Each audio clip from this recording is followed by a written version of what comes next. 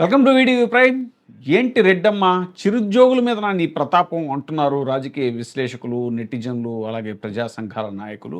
Kadapa MLA Madhavi Reddy మరోసారి చిన్న ఉద్యోగం మీద రెచ్చిపోయారు. ప్రభుత్వ విప్పు కడప టీడీపీ ఎమ్మెల్యే మాధవిరెడ్డి సచివాలయ ఉద్యోగి అయినటువంటి వీఆర్ఓపై నోరు పారేసుకున్నారు. 10 మంది చూస్తుండగానే నీ కార్పొరేటర్కి నువ్వు బ్రోకర్గా పనిచేస్తావా అని వీఆర్ఓపై మండిపడ్డారు. మంగళవారం సుపరిపాలనలో తొలి అడుగు ఇంటింటికి మన ప్రభుత్వం కార్యక్రమంలో భాగంగా కడప నగరంలో 30వ డివిజన్లో ప్రభుత్వ విప్ మాధవి పాల్గొన్నారు. ఈ సందర్భంగా ఓ మహిళ ఇటీవల తన రేషన్ కార్డులో ఉన్న అమ్మా నాన్నలను తొలగించి తన భర్త పిల్లలతో రేషన్ కార్డు చేయించాలి అని వీఆర్ఓ మహేందర్ను ఆశ్రయించింది. ఆయన డేటా ప్రాసెసింగ్ సెక్రటరీని కలవాలని సూచించారు.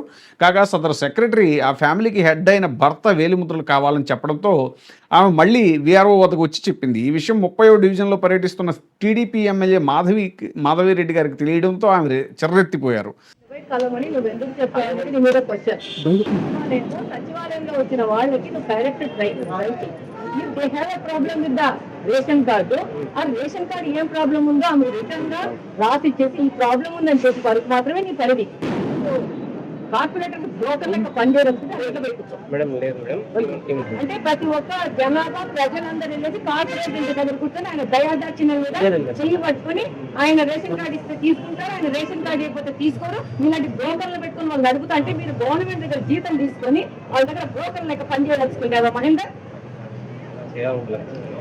పబ్లిక్ పబ్లిక్ వచ్చి చెప్తాను నీ మీద ఏం బెదిరిస్తున్నావని ఏం చెప్పినా